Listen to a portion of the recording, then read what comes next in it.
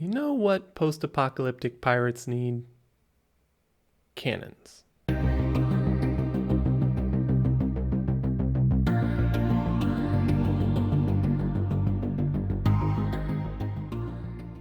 It's been over a month now since I released the first alpha version of Spire Seas, and I hope people have been enjoying it. One of the major goals of Spire Seas has always been to make it a more accessible wargame for people who aren't really familiar with the hobby.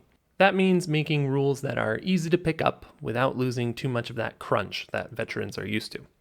Now, I don't have that much wargaming experience myself. I come more from a RPG background. I played D&D for since forever and only really started getting into wargaming recently. But I think that gives me a good perspective on what people expect when they start wargaming for the first time. That said, as the game creator, I know a little bit too much about the rules of Spire Seas to make my view objective. And that's where testing my game comes in. Over the past few weeks, I've had the opportunity to test out the game with some of my friends here in California, and it's gone really well. They are all very familiar with tabletop games in general, but none of them have ever sat down and played a war game before, so this was a good opportunity to get some real data on what a newcomer might feel like, what they find difficult, confusing, or really good. A huge thanks to everyone who played with me over the past few weeks and listened to me talk about it for hours on end. Thank you. Now, after those games and explanations, I went back over the rules that I had already written and did a lot of editing. Now, this next section might get a little bit jargony, so if you never looked at the Alpha 1 version of Spire Seas, then you might just want to take this opportunity to head over to Twitter and follow me there. Now here's what I did. First, I removed the endurance bonus to dodge rolls. That means when someone hits you with an attack, you just roll 2d6 without adding anything. This means it's much easier to deal damage, and endurance is less of a dominant stat. I think this makes it feel a little more action-y, and less like everyone's missing. Second, I separated the equipment into equipment and weapon modifications, making two new styles of improvements. And each weapon now only has one slot for improvements, regardless of the type. This is a balance between adding an extra page to the rules and making it a little more clear what everything is for. At the same time, I went ahead and added some new equipment and weapon mods, some of which I'm pretty excited about. And I adjusted some of the rules for existing equipment.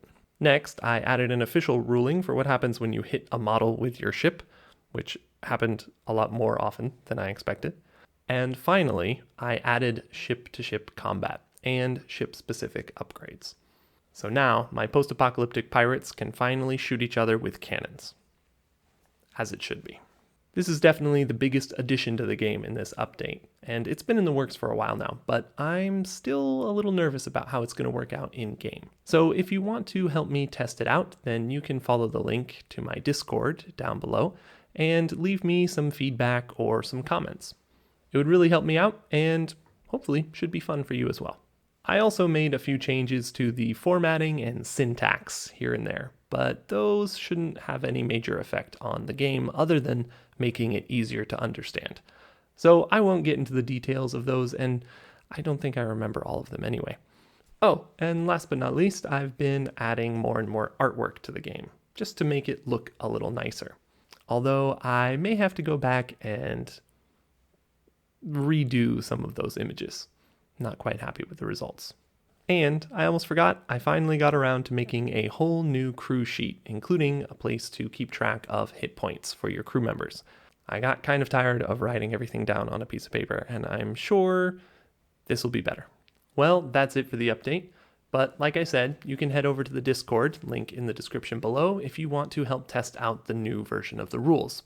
That's also where you can find links to download the STLs for all of my test crew, and a link to my crew sheets, which I just released. Don't forget to follow me on Twitter or Instagram for more up-to-date info and work-in-progress photos. And stick around here on YouTube for something interesting coming in the next week or so. I think you might like it. See you out there on the waves. Unlikely. It's extremely unlikely to get That's 1 out of two 6. snake eyes in a row. 1 out of 6 times 1 out of 6 is 1 out of 36. 1 out of 36 times 1 out of 36. Whatever that is. 1 over 36. 1 over 36 over 36? 1 over 36 squared is the likelihood of you getting snake eyes twice, I think. Unless I don't know. I haven't done probability in a long time. That's a very small chance. This should be a very small chance. Yay!